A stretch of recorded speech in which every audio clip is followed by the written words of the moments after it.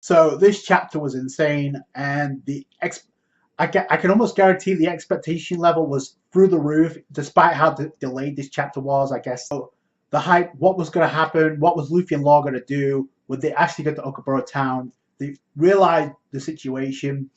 Dragon Kaido coming out the sky, the heavens trembled. That was great, and it sets up what could be Luffy versus Kaido already. And Luffy's going to get stomped. He did get a blow in on Kaido, but if you've noticed, it looks like Kaido's fine because that was just ordinary gear third. But I can't wait to see what happens next. But I mean, this chapter just flew by.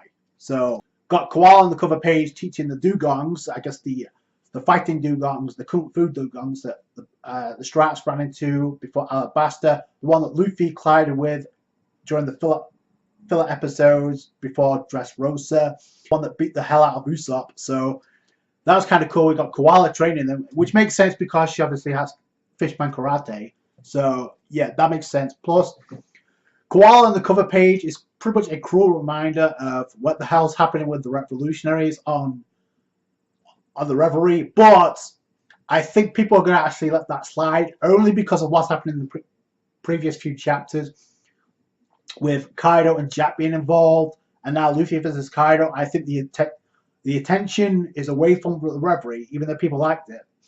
And this is way back to, okay, the focus is now on Wano, and now we can shift it to Hage. And the crazy thing about this is we get Luffy versus Kaido, Law's there too, and this arc's just begun in terms of how long people are speculating how this arc could be. It could be 2 years, could be a year, we don't know. Luffy versus Kaido, somewhat of a confrontation is happening now. This is quicker than when Luffy collided with Big Mom. So what does that tell you? So what's going to happen in the final battle? I have no idea. The fact that Hawkins was in this chapter as well, it may serve as a structure to where the Strats go next, because they're going to have to find a way to survive Kaido. Luffy's in contact with Kaido now. So we start the chapter off, everybody's freaking out. They see Kaido's a dragon, and Kinemon kind of confirms this. We also get the revelation, obviously, that's why Momonosuke is so scared that he reverted back into a dragon. Okiku doesn't know what happened on Punk Hazard. So Law and Luffy are the only ones kind of like not bugged out by this. They freaked out at the beginning, but then, okay. But even Sanji with that expression on his face, you don't really see that from Sanji unless it's from Whole Cake Island. So, and also, Zoro is still somewhere, so that will play a factor as well. You got the rest of the Strats in the Flower Capital. Notices that Kaido's above Okabura Town, and the fact that, like I said, I thought Asura maybe a target considering the fact who she's married to, runs off ahead because he realizes that Okabura Town's going to be a danger, and Law says, I'm going to go after him to put a stop to it. Make sure you guys stay here. Do not get spotted, which in my estimation was a complete red flag. Pretty good point. Straw Hat's got involved with the people of this country. If he gets swayed by emotion, it'll throw off our plans. The plan's already got made alright, but the moment the Zoro decides to actually go ahead and actually slice up that building back in the Flower Capital. So, I mean, this plan was already a buzz, and Kinemon didn't even know until much explained in this chapter. So, because of me, Luffy, and Zoro, it's kind of, the plan's kind of full. We kind of only knows about us, but he doesn't know about the rest of the group. Meanwhile, while Kaido's hovering about Okabura Town and Bakura Town as well, you got Hawkins there, and I find it ironic because Hold'em is pretty much awakened, is back and awake, and to me that serves as he's gonna come back and maybe go into a one-on-one. I don't know if he's gonna beat anybody. It's the fear in the ball. Shutamaru is the only one that actually stays and puts up a fight. We actually get somewhat of a brief flashback to Kaido recognizing Shutamaru, and the fact that Kaido ended up clashing with Shutamaru back in the day, and Shutamaru still survives. That should speak volumes. Then the expression of Kaido was hilarious. Then, if you're ready to be Masaborn, by the way, has an interesting laugh in that dragon mode. Plus, he's drunk too, so he still hasn't got over his hangover yet from when he was drinking back in, I guess, Onigashima, when we previously saw Kaido too far. Then Hawkins pretty much opens his mouth saying, oh, the Straw Hats, well, Luffy and Law were pretty much hiding out in the ruins of Odin Castle. He's lying, but then just to get Kaido's attention. But there's certain things been going on. The suspicious things going on at Odin Castle. So how nostalgic? So Kaido goes off. Jack is like two birds with one stone. Light the place up. So for now, Okaburo Town's kind of spared because Hawkins pretty much told him where the rest of the Straw Hats were. Like I said, a red flag as to what was to come. When Law said, pretty much stay here, don't do anything. So this was like Big Mom all over again. And the moment that Kaido goes rushing off to the Odin Castle, Luffy and Law see this, and those blasted upstarts. Shutamaru actually says, I won't let them get away. So he actually wants to, at the ruins of the Odin Castle, does he actually want to fight Kaido? If that's the case, I mean, Shutamaru is clearly no amateur. This could be a perfect opponent for Zoro. Also, speaking of Zoro, even if there could be a case of where we do actually get Shutamaru versus Zoro, which could be a potential matchup for the future, and no doubt about it, Zoro's going to get a handful of battles in Wano. That it could turn out more to be more than just the connection with Zoro and Ajra Doji, other than the name and the technique that Zoro has. It could do with the Shutamaru could recognize the blade, I guess the Shisui that he got from Ryuma back in Thriller Bark. He could recognize that and realize, oh, what are you doing with the sword that once belonged to Ryuma? Because I think that's definitely going to be a plot point. It's been that already. When Zoro cut up the building, that's the reason why he got in trouble, because they recognized, oh, you stole the Shisui.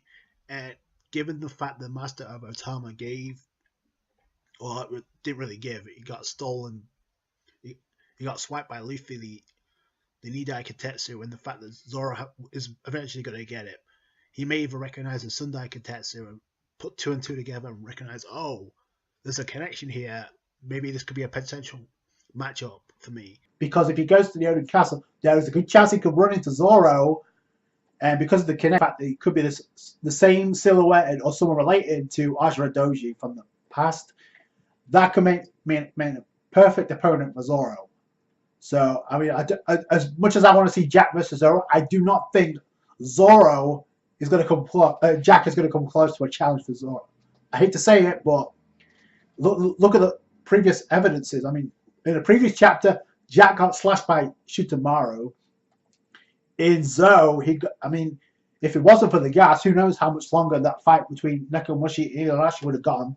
And then again, he does have a lot of endurance, but at the same time, he did take on Fujitora, Tsuru, and Sengoku, trying to get back to Flamingo. He got repped by Zunisha, still alive, but at the same, I do not think Jack is 100%. If he were, who knows? And if he is 100%, that, to me, there's more calamities out there we have yet to see. It's obvious. And one of them's got to be above Katakuri's and Luffy's bounty. That's just common sense at this point. But Luffy notices the Kaido's going in the direction of the ruined castle. And the moment he sees Kaido, they're like, oh, no way. This is like Doflamingo over again. Not even Sanji did anything. So, I mean, what could he have done against Kaido, right? So, the moment he sees the Odin Castle, boom, he has a mouth energy blast, kind of like in Inferno Fire Blast from, I guess, a flame energy blast, or is it just like an energy blast from Kaido? We don't really know, but he blew into thin air, which means he just obliterated that ruins of the Odin Castle. The graves got demolished, which you thought of that, but oh, this can't be good for the Strats. And look at the faces of Luffy and Law. And then you see Hold'em's expression. The only one who's not bugged out by this is Jack and Hawkins, which, I mean, Hawkins knows Kaido full well. And Gear 3rd, Elephant Gun, Kaido, he decks Kaido in the top of the head, and that's how the chapter ends, and a rage blow. But look at Kaido's expression. I don't think that did Jack, no pun intended, I don't think that did anything to Kaido. My personal opinion on this, we get Luffy versus Kaido. Possibly Law's going to come in. I don't know what the hell's going to... Law's actually going to go out there and do something before... Something else I appreciate too is the small small event in comedy with Law and Sanji, when Law's explaining the situation. Oh, this got screwed up because of Luffy wanted to do a good deed for Okamura Town. Zoro cutting up the building back in the Flower Capital, getting himself a wanted man.